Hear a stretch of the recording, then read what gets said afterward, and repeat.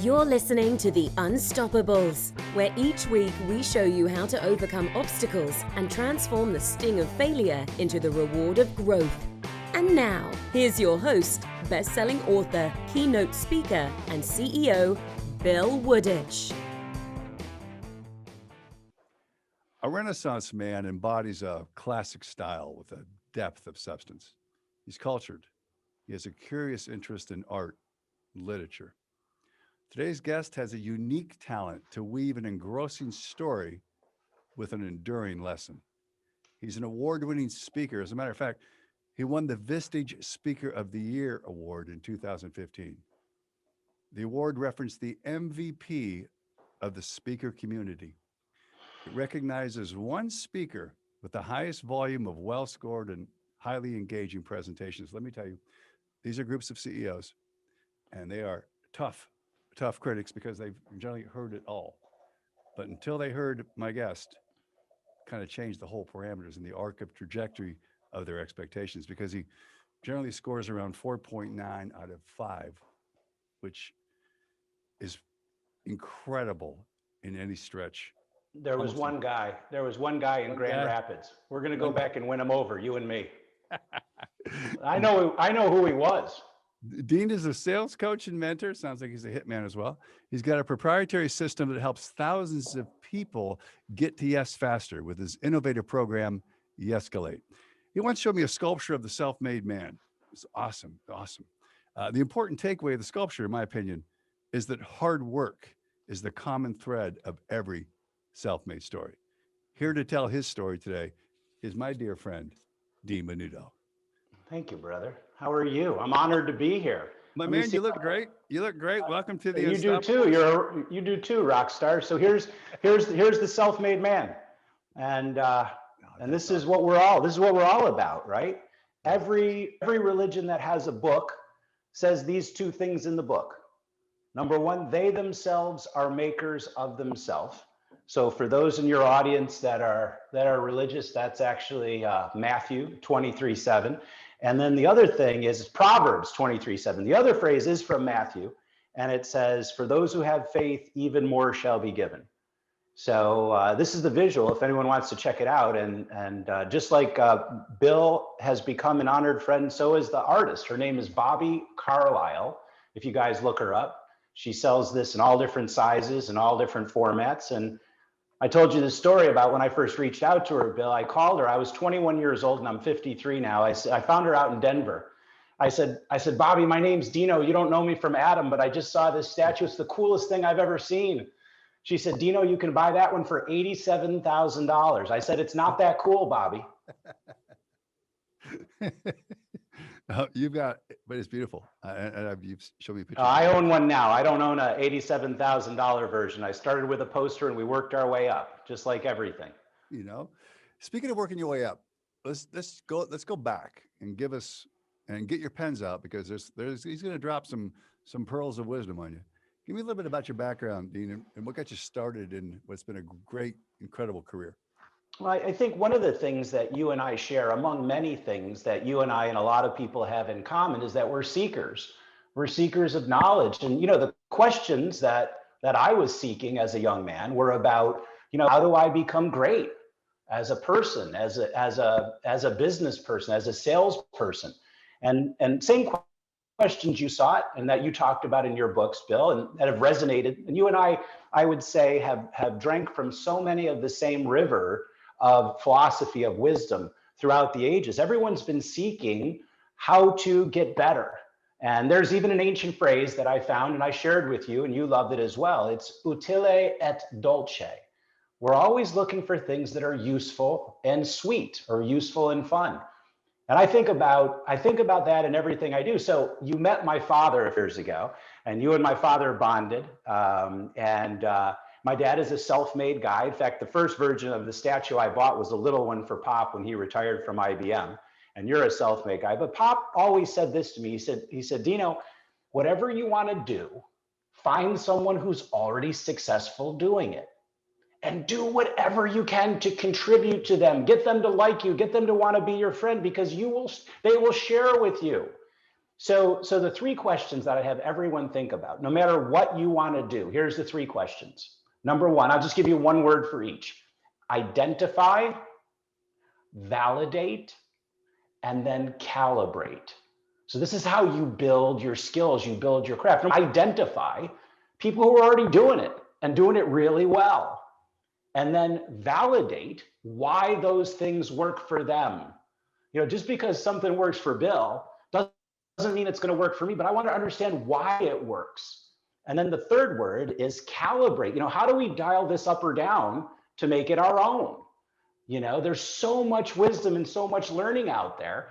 And, if we start with this premise, and it's the quote that I'm most proud of, and it's actually on the back cover of the first book I wrote. If we start with this premise, success is not about making a commission.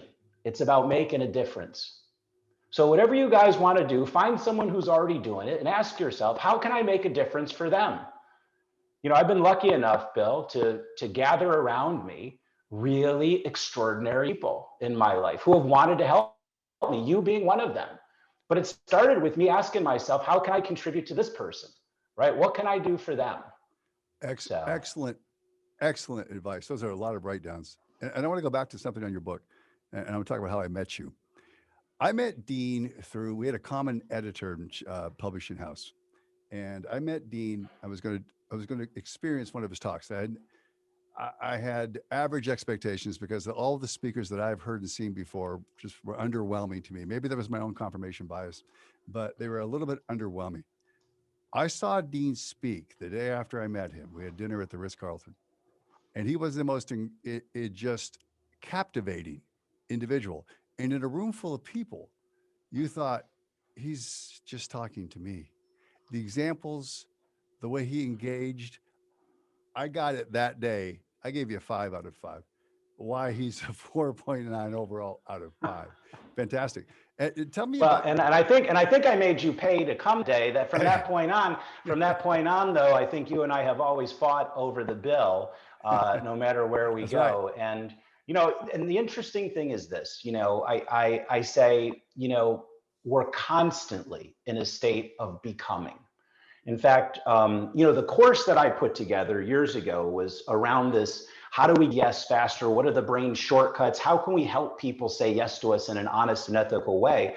But if you think about it, every single day is an opportunity for us to be starting different every day. And if we think about what is a process we can follow to become better every day, one of the things you and my dad share is this focus on continuously improving. My dad would always say that is ever onward.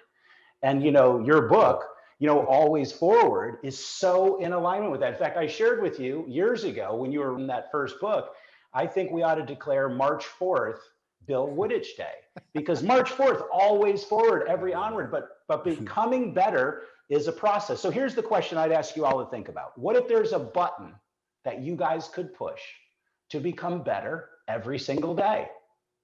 And there is a button that you guys can push. And the math, and here's what I want to share with everyone. The math works like this. All you got to do is improve 1% a day. And in 70 days, you're twice as good as you are today. So what are the activities? What are the behaviors you can apply to get better? And you don't really have a choice, right, Bill? Because the universe isn't going to let us stay the same, as this year proved. The universe is not going to allow the same. It's either going to allow growth or decline. And the choice is ours. And therein lies the key, the thing that I think you best talked about in your second book, which is that we have a choice, even when we fail, to decide how we're going to respond. And for many of the folks listening, guys, I know this year, the quote from Tyson, right? Everyone's got a plan until they get, go ahead, Bill. Until they get punched in the mouth. And then the second part of the quote, because I met Tyson, I had an opportunity, and I'm sure I shared that with you. I met Tyson, and he's a philosopher, and I was at first a philosophy major in college, among the degrees I got early on. But Tyson said, everyone's got a plan till they get punched in the mouth, and that's when they forget the basics. And he said, that's why I'm always going to win. Yeah. So the basics, right? One of the basics is You got to look at every day as a learning opportunity, even when you fail, which is one of the most beautiful things about your second book. And I think, before anyone looks up my stuff, they better read that book from you, because there's thousands of years of learning summarized in that book from you, brother. There are hundreds, thank you. There are hundreds of people listening to this podcast. You have something that's special. You have a way to get to yes, a proven methodology, not just mantra, not just platitude, not just go always forward. Yep. You got a way. Can you share some? I got a toolkit. I can give everyone on this podcast a superpower. I literally got a superpower. Where's your Batman cup? Hold it up. Hold it up. I mean, this guy, he looks like Batman. He drives the Batmobile. I mean, Bill is Batman.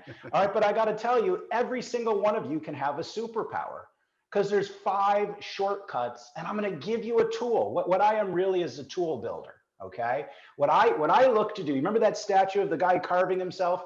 I want to put the hammer in your hand. I want to put the chisel in your hand. Okay. So guys, if you're listening, I want you to think about the word SMART, because I'm going to summarize everything I've learned in the last 30 years in an acronym. And I'm telling you, this is a superpower. Bill, I was doing 128 miles an hour in a 45-mile-an-hour speed zone, and I used this superpower to get out of a traffic ticket when I should have been shot and just sent to prison, dead, right? Done. I've used this superpower to get upgrades at every single hotel I've ever stayed at with my daughter. As we've traveled around, we've been to Amsterdam to see Jack White, every place. I've used this superpower to close $1 million deals and to help clients do that. So the word is SMART, and it stands for these 5 words. Are you ready? Safe, motion, ask, relate, and trust. Everything starts with people feeling safe with you. And if you follow this process through, the outcome is trust. But here's what we know from behavioral psychology and from brain scientists. The brain looks for shortcuts. The brain looks for ways to connect, because anyone, and I'll stop, Bill, anyone you need a yes from, their brain has only 2 goals in any situation. Goal number 1, to keep them alive. Goal number 2, to use as little energy as possible to achieve goal number 1. It goes back to the ancient phrase. Bill, what the ancients knew, that the modern brain scientists have proved. Useful, meaning keep me alive. Dolce, meaning fun or sweet, less energy. So think about this. Number 1, guys, ask yourself in any situation, start with safe. Ask yourself, what's at risk for this person, and how can I lower their risk? That night when I got over, before that police officer got to my car, I had the dome lights in my car turned on. I had all my windows rolled down, and I had my hands on the steering wheel. I am never going to let someone feel at risk with me. The second card, motion. Small commitments, get people in motion. How do we build small commitments? And Bill, you can teach entire sales courses as well. I'm sharing with people the brain science behind this stuff. Ask is about creating framing and the importance of the environment we create with the questions we ask and our curiosity. The relate card is the one that's the easiest and the one people overlook. And there's shortcuts we use to relate with people. One of those shortcuts you heard when you walked into my presentation. There's a shortcut I use. I got some music playing, and guys, I had a song playing called "You Got the Silver." Now, it was being sung by Susan Tedeschi, and most people who are not music fans will go, "Is that Bonnie Raitt?" Not Bill Wooditch. Bill Wooditch walked up to me and under his breath said, "Nice, it's the Keisha song, You Got the Silver." But right there, we found something in common, okay? Guys, 3 C's: pay compliments, find stuff in common, and let people know you're going to collaborate with them. You're going to put your arm around them. Now, the end of this is trust, but let me just share with guys, you can start with trust also. The shortcuts to trust, these things that I'm sharing with everyone, Bill, they're called cognitive biases, and I started learning them 27 years ago from this guy. Dr. Robert Cialdini is the most often quoted living psychologist. This is the book, guys. Influence, the Psychology of Persuasion. If you want to learn about the shortcuts, now it's 350 pages. And the reason that CEOs love my talk is I can share it with them in about 5 or 6 minutes, like I'm doing with you guys. But one of the shortcuts, cognitive biases people look at are uniforms, titles, and diplomas. The way we show up. Guys, let me tell you something. When Bill walks into a room, everyone notices. Now, he's not wearing a police uniform, but it's the way he shows up. You know, as my daughter said when she met Bill, he's beautiful, Daddy. He's beautiful. But it's the way we show up. Guys, think about the way you're showing up, even in this environment. You know, this little window is my office, okay? The way I'm showing up right now, I put a lot of thought into. You know, for those of you who are watching me, this is the view outside my place in Florida. I was showing Bill with a snap of the fingers, Hurricane Etta hit, I can go into my office. I mean, guys, the way you show up tells people whether they can trust you or not. So, you know, you asked me to give them something of value, Bill. I give them one of the best things. So I create tools, and that SMART model is one of those toolkits. So the powerful part here, Bill, is you and I don't have a paradigm that many of the people on this phone call have about the word sales. Mm-hmm. So, and here's where I'm going with this, because I'm here to make a difference. And the vast majority of the folks on this podcast might not be in sales. So here's the number, Bill. 1 in 9 Americans sell, according to the Department of Labor. What do you think about that number, Bill? Number's way off. We all sell. Yeah, but here's the problem. If we look up the dictionary definition of it, this is the primary definition of sell as a noun. It means a hoax. Yeah, that's why we always flip it here to enrollment. We use enrollment. We don't use sell. Right. So, but why do we do that? Because it means scam. It means manipulate. So here's the thing, Bill. If we don't share with your listeners, they have to change that paradigm for themselves and their employees. If they don't change that paradigm, they won't do what's necessary to make a difference for their customers because they don't want to be seen as pushy. So what I'm focused on is how can I help non-salespeople realize that these skills are essential? The last 10 minutes, that's platinum stuff. I hope people take that, keep that, learn from it, because you just did a deep dive into neuroscience and came up and made it look like it was easy. You did, and that is a lot of work. How many years have you been in the trenches doing the work to make it look so effortless? I'm 53, so 53, Bill. I want to ask you this because people think, and you have this way. You walk into a room, you have the presence. You have the way to move hearts and minds. But you had it. I got to ask you this: how does Dean define success? What are your terms on success? Well, so I got 2 levels of this, and the first level is it's all about making a difference, guys. If you're making a difference, then you're successful. You know. And, you know, for those people I meet who are parents, and you know that you know how close I am with my kid, you know, my other litmus test has been about a person's relationship with their kids, you know.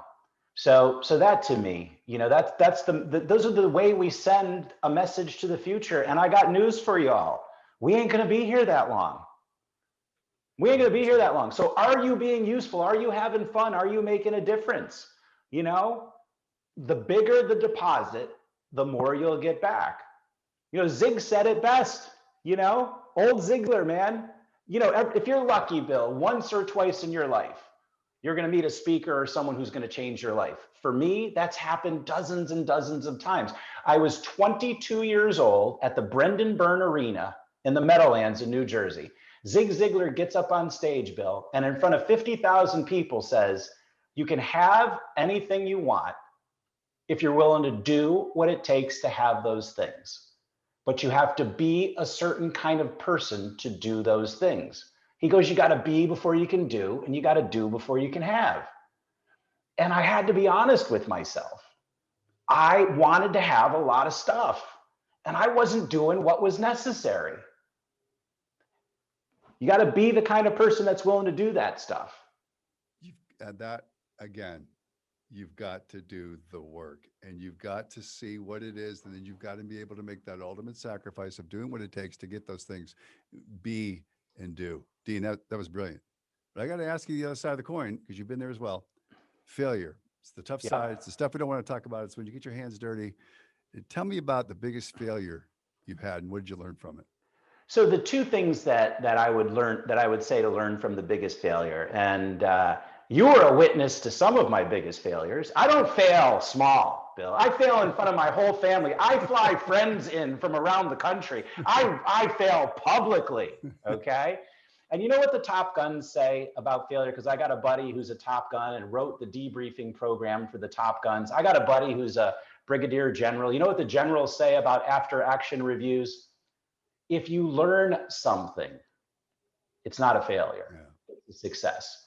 So here's the two things. And I reminded of myself of this as I read your book, Fail More. I wish someone had said this to me 30 years ago. Here's the first thing. I wish they had handed me a permission slip and said, Dino, it's okay to screw up. Bill, nobody ever told me that. So when you go through life thinking it ain't okay to screw up, wow, is that hard? And the second thing that I wish someone had given me was a non-compete agreement. I wish someone had said, focus on yourself, man. Be the best you can be. And don't keep score. Don't keep score. So, you know, where do we start? You want to talk about failure? You want to talk about how I failed today? You want to talk about how I failed yesterday? Bill, it's all, and it's an acronym. And I heard a lunatic say this on Larry King years ago. Gary Busey, the actor, a lunatic. Larry King was interviewing him. His head was all wrapped up because Gary Busey had just fallen off a motorcycle after fighting to have the California motorcycle helmet laws changed. Gary Busey then falls off crash. And Larry King goes, Gary, you're a laughing stock. And Gary Busey, who's a lunatic, says, Larry, failing is an acronym. FAILING. Find an important lesson, invite needed growth. Great. That's a walk-off right there. Dean, that's excellent. Again, you're bringing some tremendous knowledge and wisdom to the stage. I've got to ask you this: where can we find you? Because by now people are going, okay, we got to get more of him. Where do we find him? You know, as I say to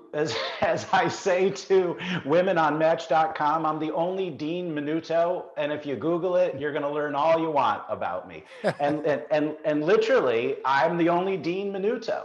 I don't know how many Bill Woodiches. When you type in Bill Woodich, that's a pretty unique name. How many Bill Woodiches are there? Don't know, but it'd be Bruce Wayne. But that Bruce Wayne. All right. You know, BW. Right. You don't think that Bill Woodich, BW, and Bruce Wayne is an accident, right? I mean, it's just. Wow, how about that? How about that? Well, there's a whole area of study that says that nomenclature and naming actually drives people towards certain things. Yeah, really. So it's Yescalate is the main website.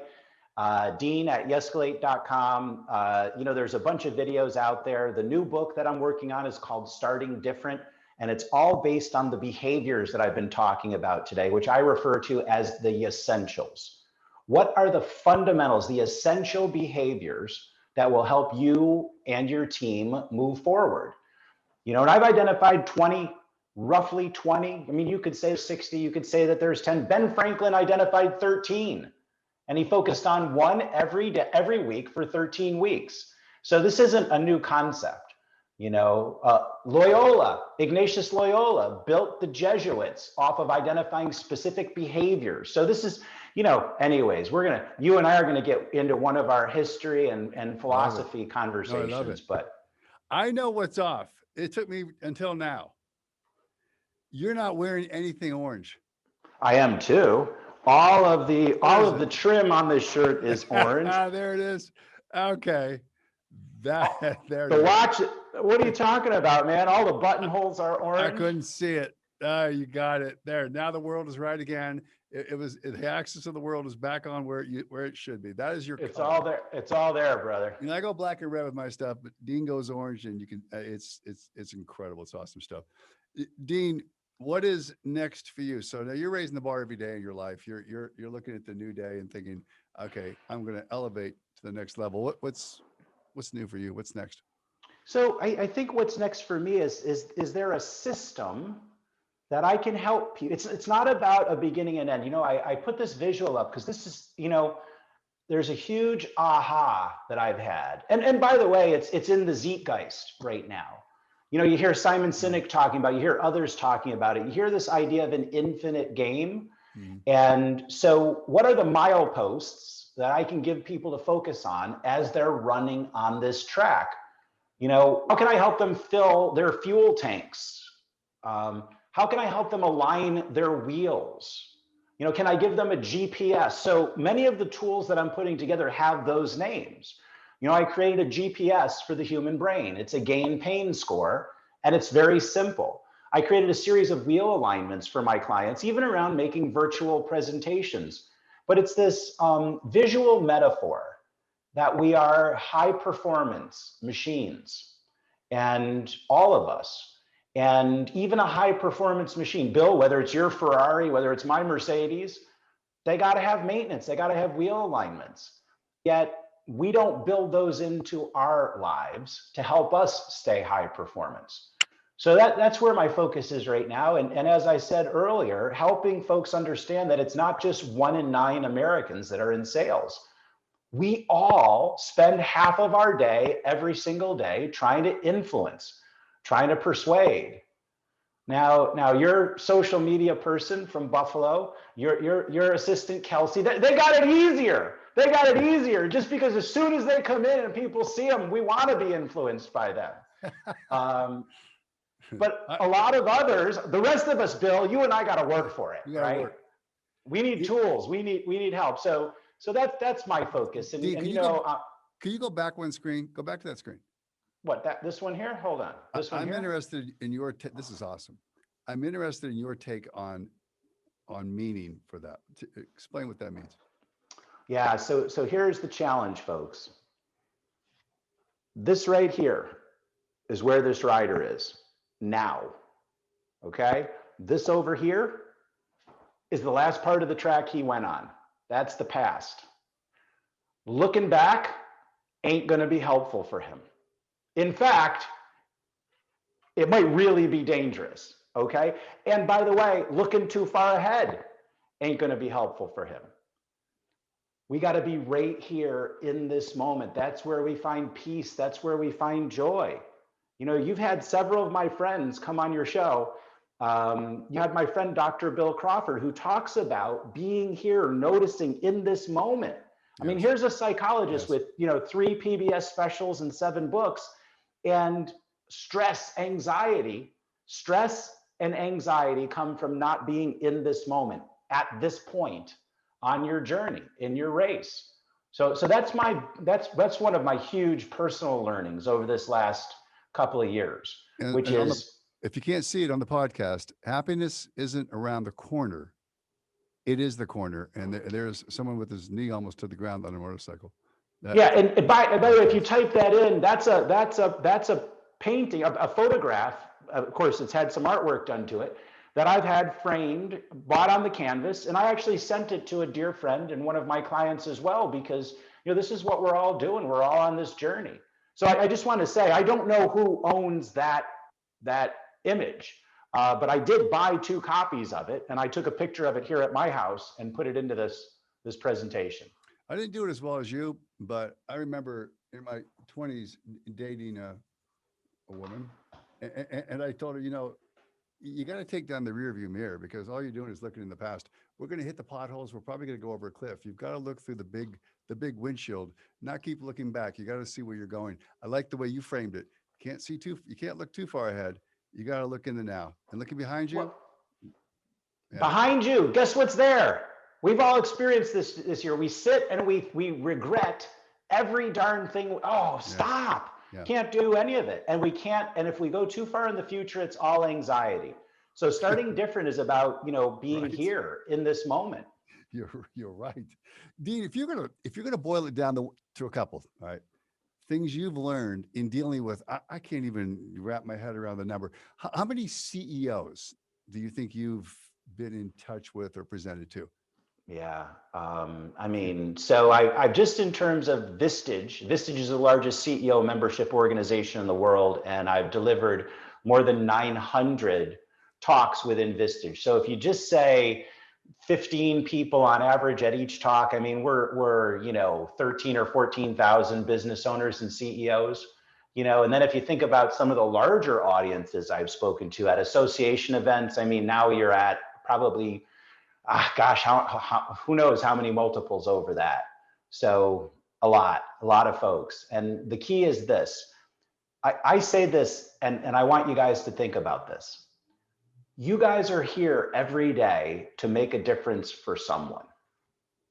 I don't know who that is for you guys today. I hope that there's been someone on this podcast or someone listening later that says that I made a difference, because when I wake up, I say I'm here to make a difference for someone, and it ain't always easy. Bill, it was 35 below was the wind chill. I was in Wisconsin, and I mean, that's so cold. You grew up in Pittsburgh, Erie, right? It's so cold, you can't even open your eyes. That's how cold it is. And I was there to deliver a talk to a group of CEOs. And I actually looked up and I said, why, Lord? Why am I in Wisconsin, 35 below? And I actually reminded myself, I'm here for one person. At the end of that talk, she walks up to me. She says, Dino, my name's Judy. She said, will you come back in June and speak to my team? I said, will it be warm in June? She goes, yes, it'll be warm in June. I said, I'll come back, Judy. Judy walks away. Bill, the head of the group, walks up, says, do you know what you just said yes to? I said, to speak for you. He goes, no, that's Judy Faulkner. She's on the Forbes list. You just agreed to speak to 6,000 employees. You never know.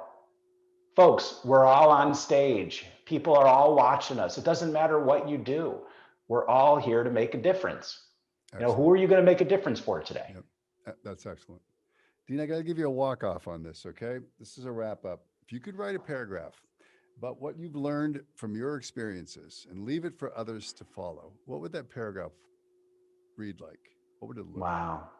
Well, I would take paragraphs from others, certainly, but the first thing I would say is always focus on making a difference. Continue to learn. And then my favorite line comes from Thoreau. Advance confidently in the direction of your dreams. Endeavor to live the life which you have imagined, and you will meet with a success unexpected in common hours. That's what I wish for all your listeners. I wish for you guys all a success unexpected. Bill Woodich has achieved a success unexpected. You want to know how he did it? Go to school on him. Okay? I have achieved a success unexpected. It's a different kind of success, but it's the one that I wanted. And the key to advancing confidently, folks, is to be curious. Curiosity is the key.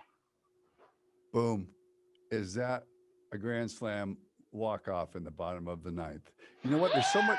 Jill, I'm going to speak with Jillian, my social media coordinator, who's in here right now.